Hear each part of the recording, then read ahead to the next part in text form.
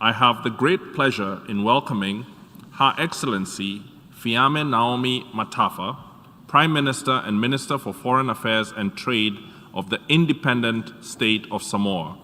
I invite her to address the Assembly.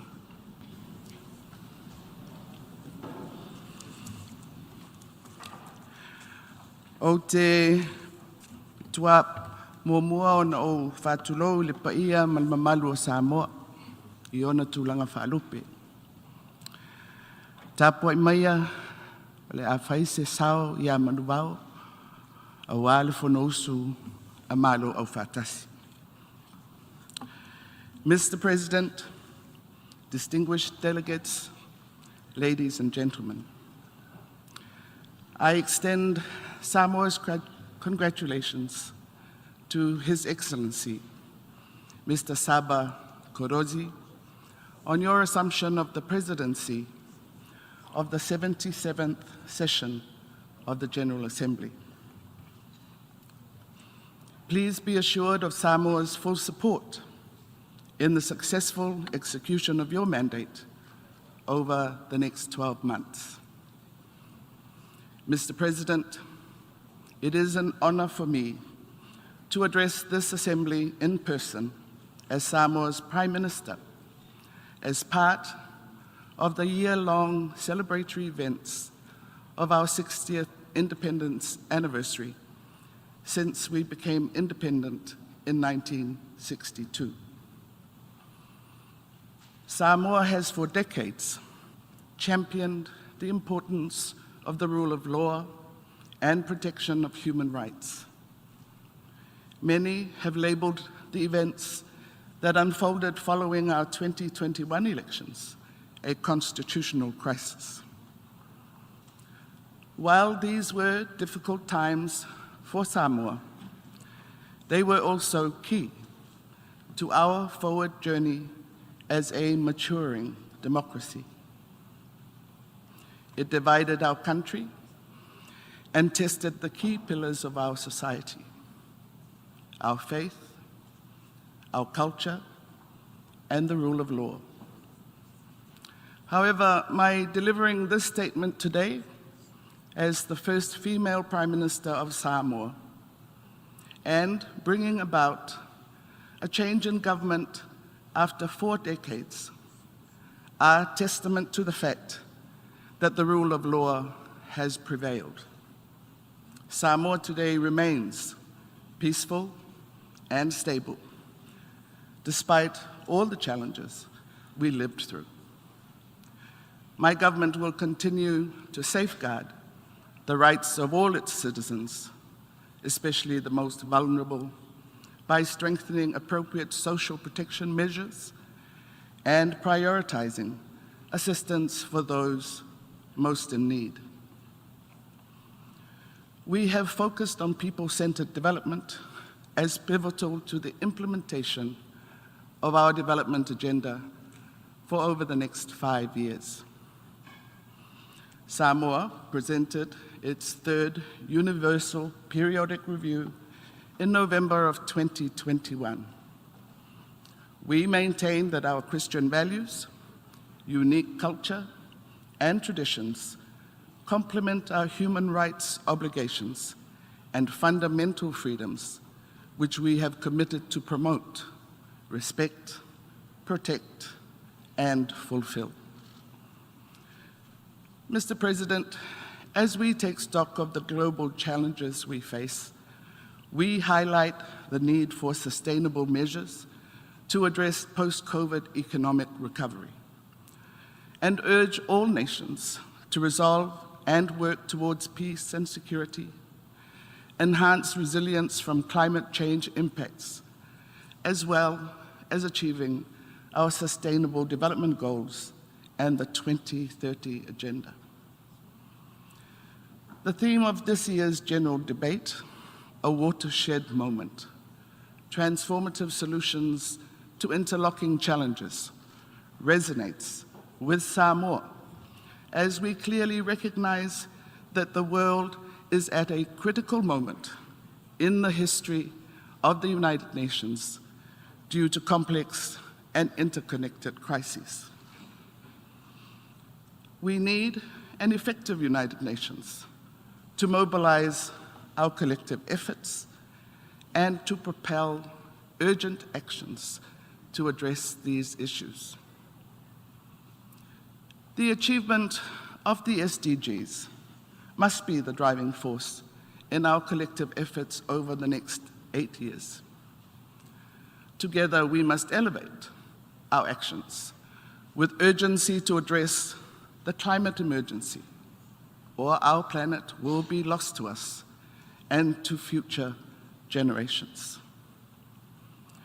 Though far removed from the centers of conflict, resultant escalating fuel and food prices and threats of nuclear weapons use have reached our isolation.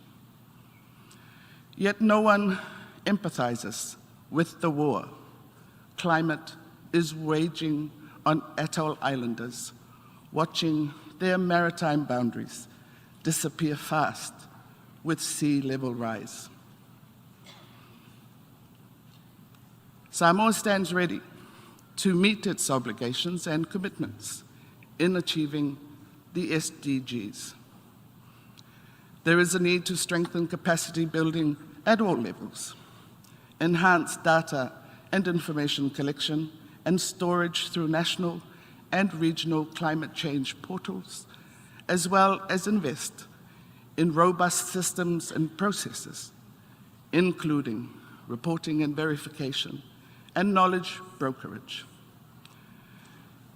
Improving resilience, actions through learning, and developing knowledge societies will enable adaptation and responsiveness to future crises. Mr. President, both the global financial and governance systems are desperately in need of reform. As the UN General Secretary General lucidly puts it, the global financial system is morally bankrupt, and it favors the rich and punishes the poor. This must change. The approval and effective implementation of the Multidimensional Vulnerability Index will be a move in the right direction in addressing this imbalance and make the global financial architecture fit for purpose by tackling the SIDS financing gaps. The full support of all our development partners, international financial institutions, and multilateral development banks is critical in ensuring the effective implementation of the MBI. Mr. President, small island developing states face a unique set of vulnerabilities which impede their ability to achieve sustainable development. The COVID-19 pandemic exacerbated those vulnerabilities, with many SID countries being particularly affected by the drop in international tourism and remittances. Consequently, the timely call for and endorsement of a multidimensional vulnerability index will allow for the inclusion of more than just income-based criteria to assess eligibility for concessional finance. A universal MBI could be viewed as the foundation upon which the key principles guiding specific responses to our vulnerabilities are anchored. It is an option and not a hindrance. It should be perceived as the landing zone upon which specific responses could be framed depending on the circumstances involved. It is a tool that provides for a richer lens on vulnerability and resilience, hence its adoption and full implementation is critical for our economic recovery. Mr. President, climate change remains our number one priority. The scientific evidence is clear and irrefutable. For Pacific communities, the main challenge is securing action for survival. And we all need to shoulder our responsibilities and play our part. The big polluters and emitters have a moral obligation and responsibility to meet their commitments ahead of COP27. Why? Because they hold the key to our achieving the 1.5-degree promise of the Paris Agreement.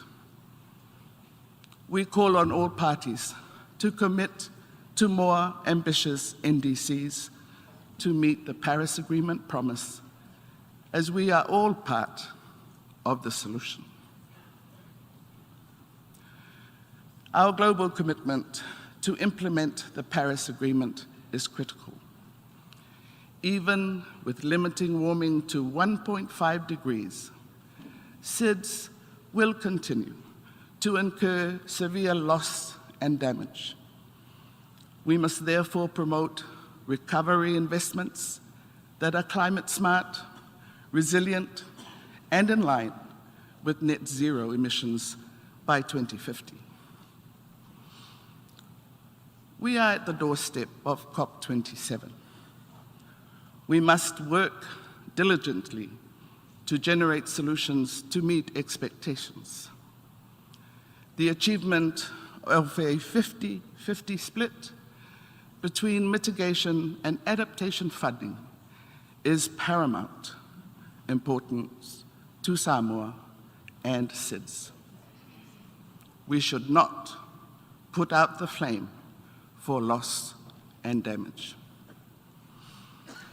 Natural disasters continue to devastate countless lives.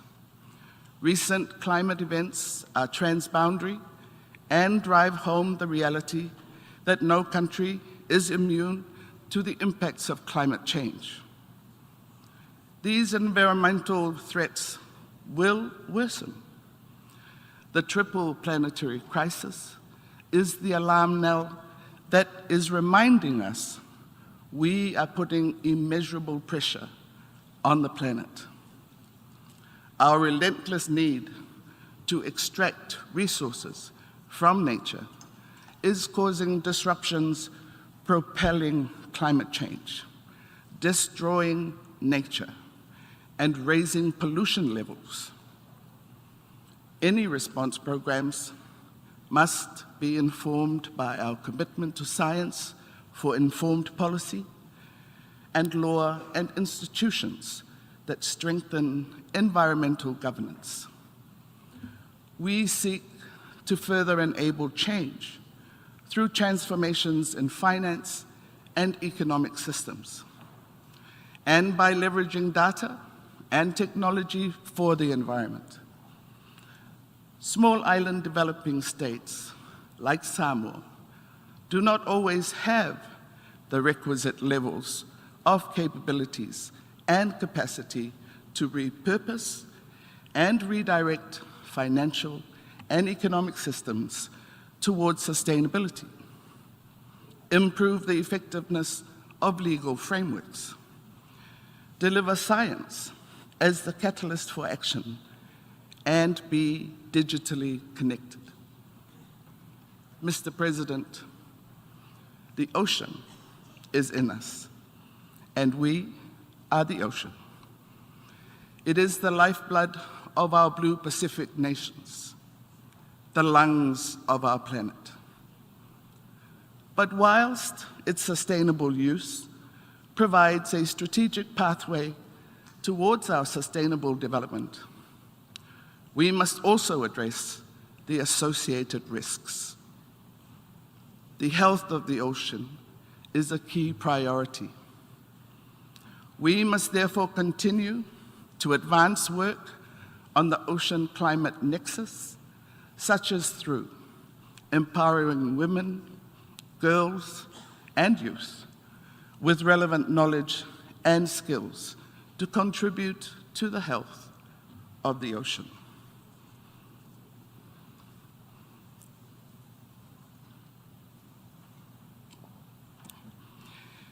The recent Ocean Conference in Palau and the second UN Oceans Conference in Lisbon were opportunities to take stock of the SDG 14, and we welcome the call for more investment in making the ocean and its resources more sustainable. Of all the SDGs, life below water is the most underfunded. This must change. We need to attract and retain sustainable and innovative investment, including foreign direct investment through blending, guarantees, and other innovative financial instruments. Our global community must focus on the work that remains to be accomplished. Pledges and commitments made at these two conferences and COP26 are inconsequential if they are not delivered on time to effect actions on the ground. Samoa's marine protection goals, outlined in our first ocean strategy, are aligned to the Blue Leaders 30 by 30 campaign, as well as calls for protecting 30% of our global oceans by 2030. We welcome the complementarity of such initiatives and encourage others to join. The Pacific Ocean hosts a remarkable array of biodiversity. With our Blue Pacific family, Samoa continues to prioritize both marine and terrestrial ecosystems restoration. We remain engaged in the Convention on the Biological Diversity process. Together with the UNFCCC, COP27, 2022 is a critical year for aligning action to tackle the climate emergency and addressing the threats posed by biodiversity loss. The Pacific SIDS subscribe to the position that preserving maritime zones and the rights and entitlements that flow from them give expression not only to the foundation principles of equity and stability, but also to the notion of climate justice, deeply rooted in human rights and the principles of international law. In this vein, we urge all member states to inject urgency into efforts to conclude negotiations on the BBNJ instrument. Samoa pledges its support to the Vanuatu ICJ initiative for an advisory opinion on climate change. Mr. President, we must unite to prevent and reduce marine pollution, including plastics, oil spills, waste discharge, and nuclear contaminants. If we continue down this current path, we will fish out of our oceans more plastics than fish. Pacific SIDS contribute less than 1.3% of the mismanaged plastics in the world's oceans, yet are one of the main recipients of plastics pollution and its impacts. The effects of overfishing and IUU fishing is a major concern for Pacific economies. Lost revenues are in the billions. The increased acidification of our ocean is already destroying entire reef ecosystems. Reef damage affects fish population, which in turn affects entire fisheries upon which we rely for our livelihoods. Mr. President, the global food system is at a critical stage, made worse by the COVID-19 pandemic, the onslaught of climate change, and the ongoing war in the Ukraine. The Food Systems Summit held last year mobilized the global community to find transformative solutions. Samoa was pleased to be part of that important event, which encouraged shared exploration of potentials for collective action. Through organized dialogues, Samoa benefited from a comprehensive assessment of the issues involved in building the sustainability of our food systems. Access to a balanced and nutritional diet is crucial and requires a return to locally produced, quality fresh foods and less of processed imported foods. This will be key to addressing the rising burden of non-communicable diseases, which represent the single largest cause of premature mortality in the Pacific countries, including Samoa. With support from our development partners, the Samoa government launched the first comprehensive NCD control program among Pacific Island countries in May of 2020. Its aim was to build people-centered and systematic NCD service provision in Samoa to strengthen the primary health care, empower community participation, promote early detection and effective referral of NCDs, and increase population awareness of NCD risk factors. Mr. President, we continue to call for a future of peaceful and open societies, free from wars, nuclear weapons, and the threat of terrorism. The Boer Declaration defines for the Pacific what constitutes security concerns. These are primarily non-conventional in nature, ranging from climate to environmental and resource security, human and cyber security, and transnational crimes.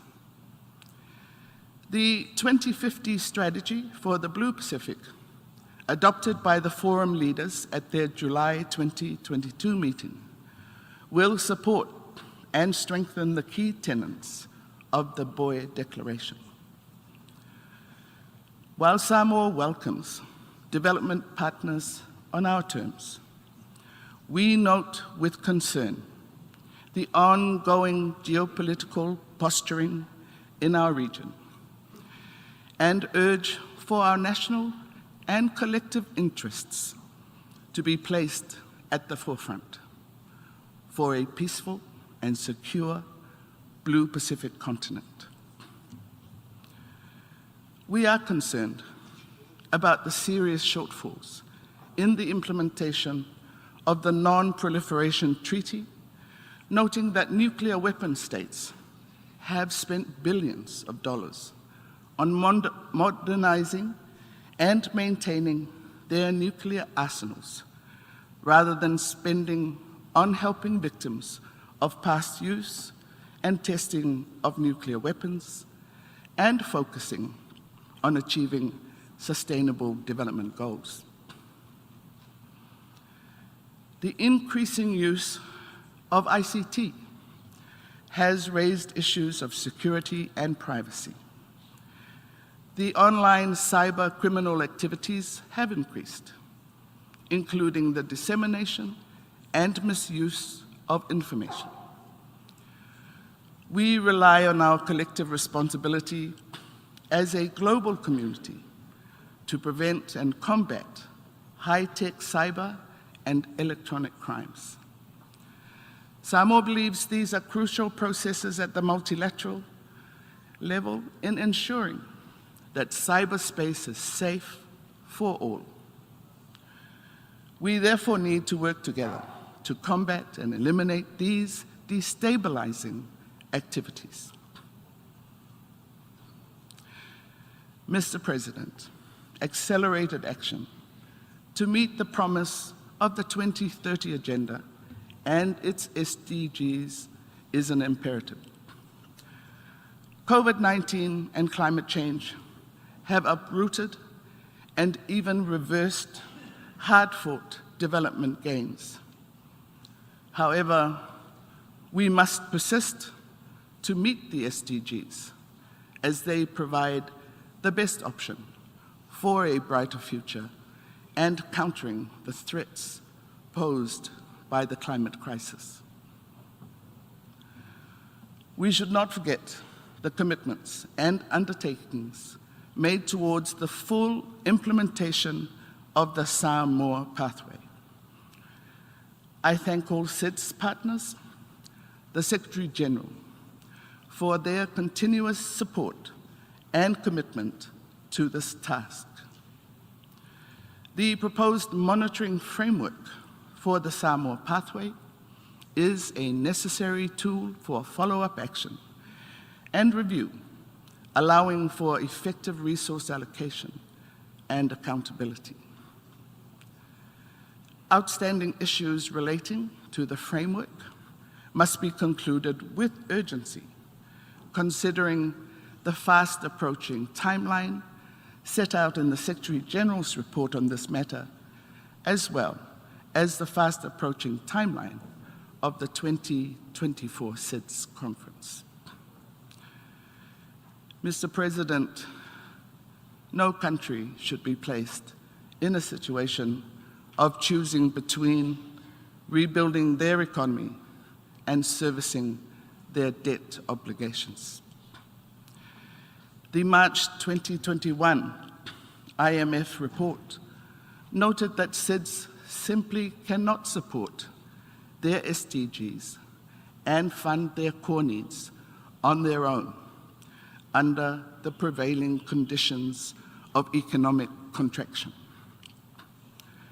Tourism may never return to pre-COVID-19 levels. Aviation services will be slow to recover, and one casualty of the pandemic, in our case, was the recent demise of our national airline, Samoa Airways. Many Pacific Island countries rely on remittances from diasporas and communities. Apart from being an important source of income for families and foreign exchange reserves for governments, remittances are an important buffer in periods of economic shocks and natural disasters. Yet the cost of sending remittances to the Pacific is over 10%, which is higher than the global average and 7% higher than the target set by the SDGs. Mr. President, according to the 2021 IMF report, the Pacific region is in a recession.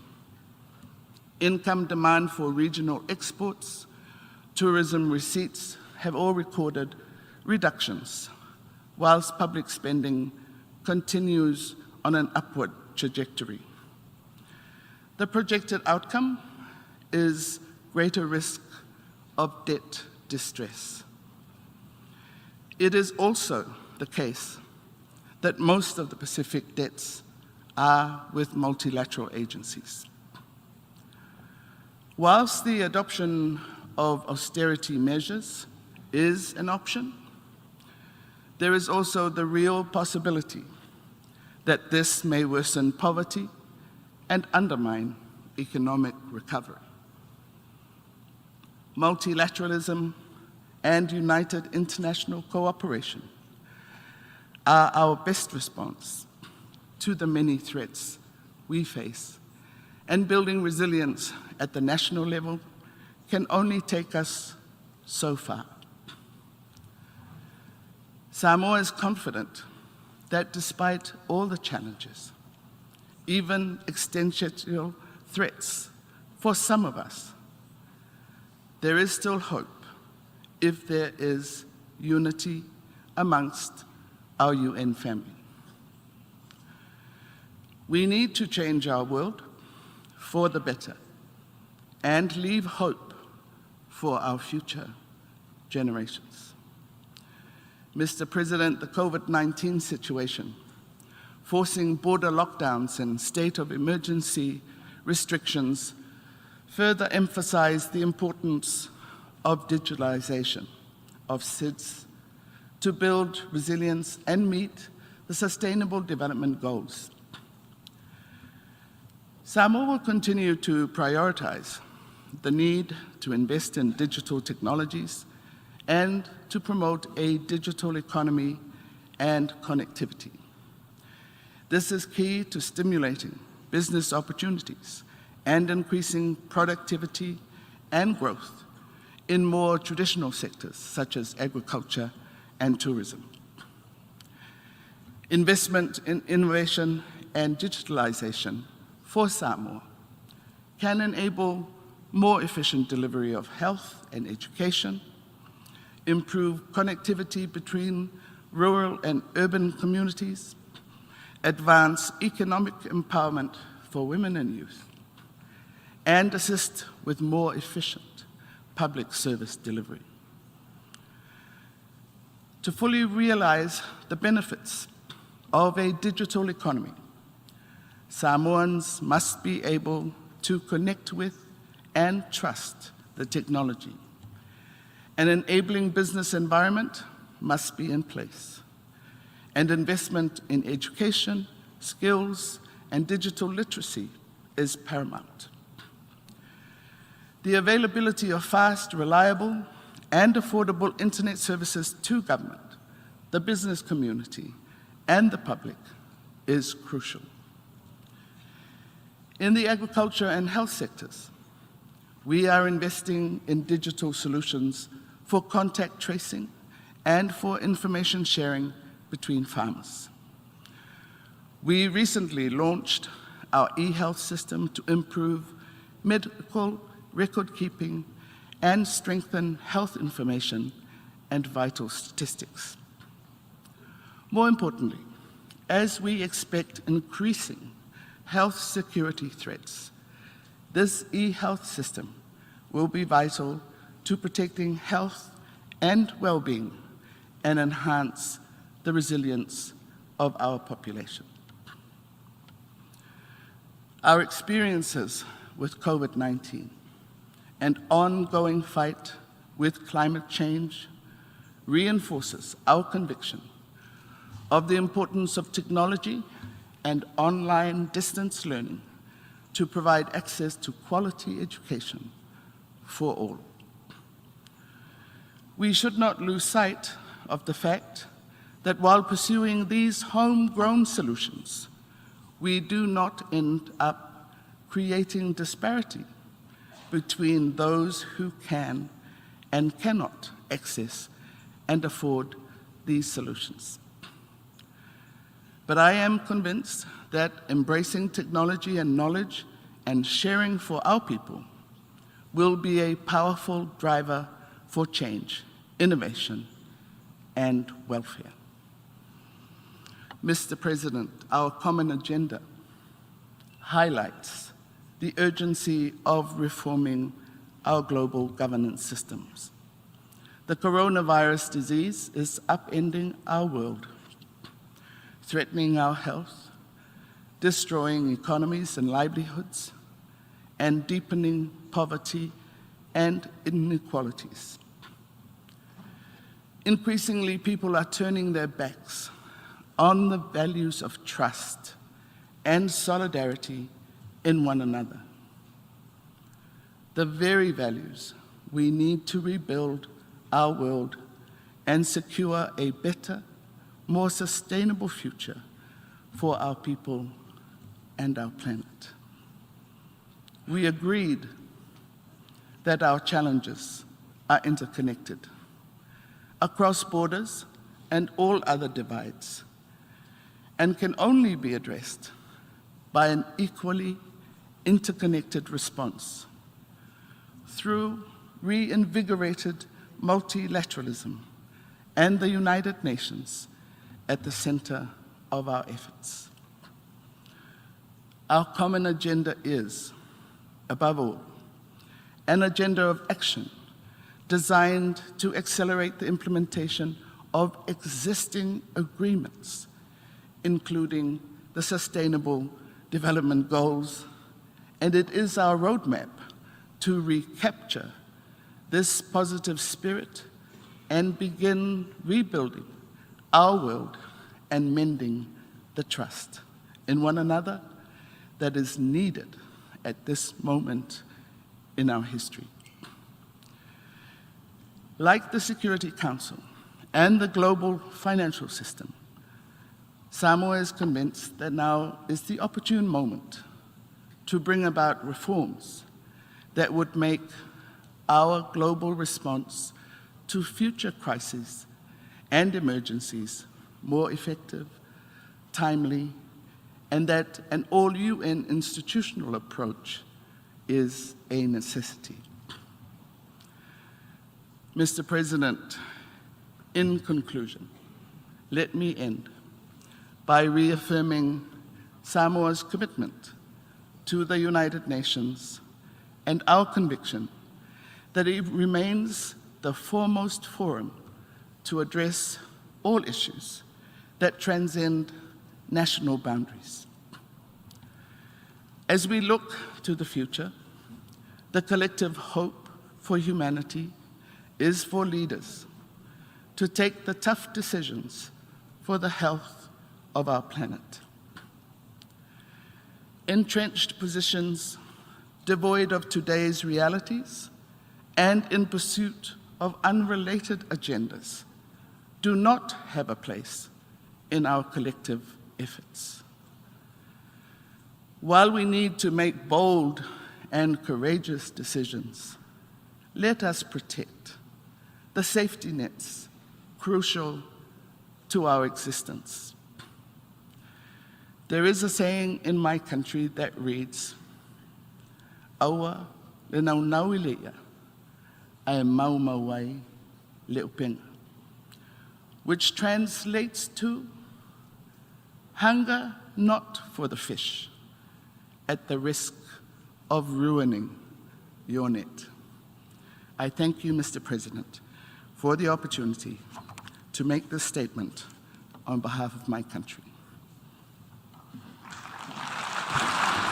On behalf of the Assembly, I wish to thank the Prime Minister and Minister for Foreign Affairs and Trade of the Independent State of Samoa for the statement just made, and I request protocol to escort Her Excellency.